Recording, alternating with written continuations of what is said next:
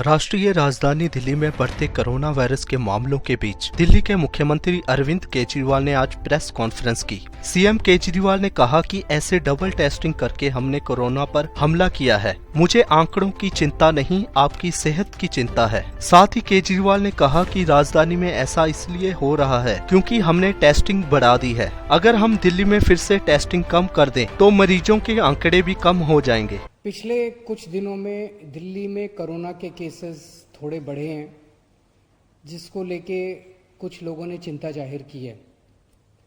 कल दिल्ली में 2914 केस आए थे। मैंने कई एक्सपर्ट से पिछले दिनों में बात की। कुछ कहते हैं कि ये सेकंड वेव है, कुछ कहते हैं सेकंड वेव नहीं है। पर ये टेक्निकल बातों को अगर हम साइड में रख दें तो पिछले कुछ दिनों में मैंने सारी डेटा का, सारी परिस्थितियों का, सारी तैयारियों का जायजा लिया है और मैं आपको एक ही चीज़ कहना चाहता हूं कि अभी चिंता की कोई बात नहीं है, घबराने की कोई बात नहीं है। स्थिति पूरी तरह से नियंत्रण में है और मैं पिछले 4-5 महीने में जब से कोरोना की महामारी फैली है, मैं समय समय पे आपके सामने आके सारी स्थिति पूरी सच्चाई के साथ आपके सामने रखता हूँ। जून के महीने में जब स्थिति थोड़ी खराब हुई थी, हमने ही आपके सामने आके कहा था कि स्थिति थोड़ी खराब हो रही है, 31 जुलाई तक केसेस ज़्यादा हो सकते हैं, इसीलिए अब हम सब लोगों को कमर कसने की ज़रूरत है। लेकिन आज इन सारी स्थितियों का जायजा लेने के बाद ही मैं आपको पूरी जिम्मेदारी के साथ कह रहा हूं कि दिल्ली के अंदर स्थिति पूरी तरह से नियंत्रण में है। बिल्कुल भी घबराने की जरूरत नहीं है, लेकिन लापरवाही का कोई स्कोप नहीं है। कल 2914 केस हुए और केवल 13 लोगों की मौत हुई। 13 की भी नहीं होनी चाहिए, लेकिन 13 लोगों की मौत पूरे देश तो क्या पूरी दुनिया के अंदर ये आंकड़ा सबसे कम है। इसका मतलब अगर कल का डेथ रेट देखें तो 0.4% डेथ रेट है कल का। परसों 2737 केस हुए, 19 लोगों की डेथ हुई। इसका मतलब 0.6% डेथ रेट है परसों का, अगर डेली का देखा जाए। इसको हम कंपेयर करते हैं जून के महीने से। जून में इतने ही केस, 27 जून को लगभग 3000 केस दिल्ली में हुए थे, 2900 केस दिल्ली में हुए थे 27 जून को, और उस दिन 66 डेथ हुई थी। जून के महीने में डेली एक समय आ गया था जब 100 से ज्यादा डेथ हो रही थी, और आज उतने ही केस अगर हैं, उतने ही केस होने पे केवल 13, 14, 10 से लेके 20 के बीच में डेथ हो रही है।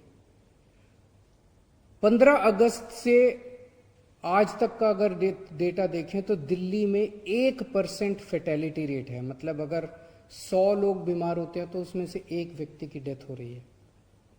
राष्ट्रीय स्तर के ऊपर यह डेटा 1.7% है। तो दिल्ली की स्थिति काफी ठीक है। दिल्ली में डेथ्स को कंट्रोल करने के लिए हमने कई कदम उठाए। दिल्ली के एक एक हॉस्पिटल, चाहे वो प्राइवेट था, चाहे सरकारी था, चाहे सेंट्रल गवर्नमेंट का था, चाहे स्टेट गवर्नमेंट का था, चाहे एमसीडी का था, हमने डॉक्टर्स की टीम बना के एक हॉस्पिटल की ऑडिट की कि इस हॉस्पिटल में अगर ज़्यादा डेथ हो रही है तो क्यों हो रही हैं। और हमारी उन डॉक्टर्स की टीम ने बहुत शानदार काम किया। कई जगह छोटी छोटी प्रॉब्लम्स की वजह से डेथ ज़्यादा हो रही थी, उनको ठीक किया गया। अफसरों ने बहुत अच्छा काम किया। मैं उन सभी डॉक्टर्स को, उन सभी ऑफिसर्स को और उन सभी हॉस्पिटल्स को जिन्होंने कोऑपरेट किया डेथ्स को कम करने के लिए, उन सबको मैं शुक्रिया अदा करना चाहता हूं। आखिर नंबर क्यों बढ़ रहे हैं दिल्ली के अंदर? उसका सबसे बड़ा कारण है हमने टेस्टिंग बढ़ा दी है बहुत ज्यादा।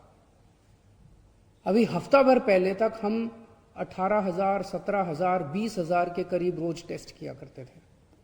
हमने एकदम से 40,000 कर दी है टेस्टिंग।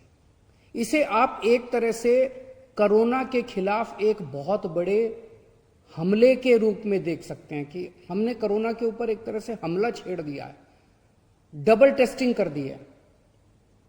मेरे को आंकड़ों की चिंता नहीं है, मुझे आपकी सेहत की चिंता है। आज अगर मैं 40,000 से वापस 20,000 कर दूं टेस्ट, तो ये 2900 की जगह 1,500 आ जाएंगे, 1,600 आ जाएंगे। हम कहेंगे कि बड़ा अच्छा आंकड़ा है, दिल्ली का तो बड़ा अच्छा आंकड़ा है। मेरे को आंकड़े ठीक नहीं करने, मुझे आपकी सेहत ठीक करनी है। मेरा बस चले अगर, तो दिल्ली के एक एक आदमी का मैं रोज टेस्ट करा दूं। जो बीमार मिले उसको अच्छी स्वास्थ्य सुविधाएं पहुंचाना मेरा फर्ज है। इसलिए अगर ज्यादा लोग भी अगर हम आइडेंटिफाई कर पाते हैं, ज्यादा टेस्टिंग करेंगे, ज्यादा लोग आइडेंटिफाई होंगे जो भी बीमार हो रहे हैं। उन ज्यादा लोगों को अगर हम आइडेंटिफाई कर पाते हैं तो एक तरफ हम उन तक अपनी स्वास्थ्य सेवाएं, अच्छी स्वास्थ्य सेवाएं पहुंचाते हैं, उनको ठीक करने में मदद में करते हैं, और दूसरी तरफ उनको आइसोलेट करके उनकी वजह से दूसरों को जो संक्रमण हो सकता था उसको रोकने का प्रयास करते हैं।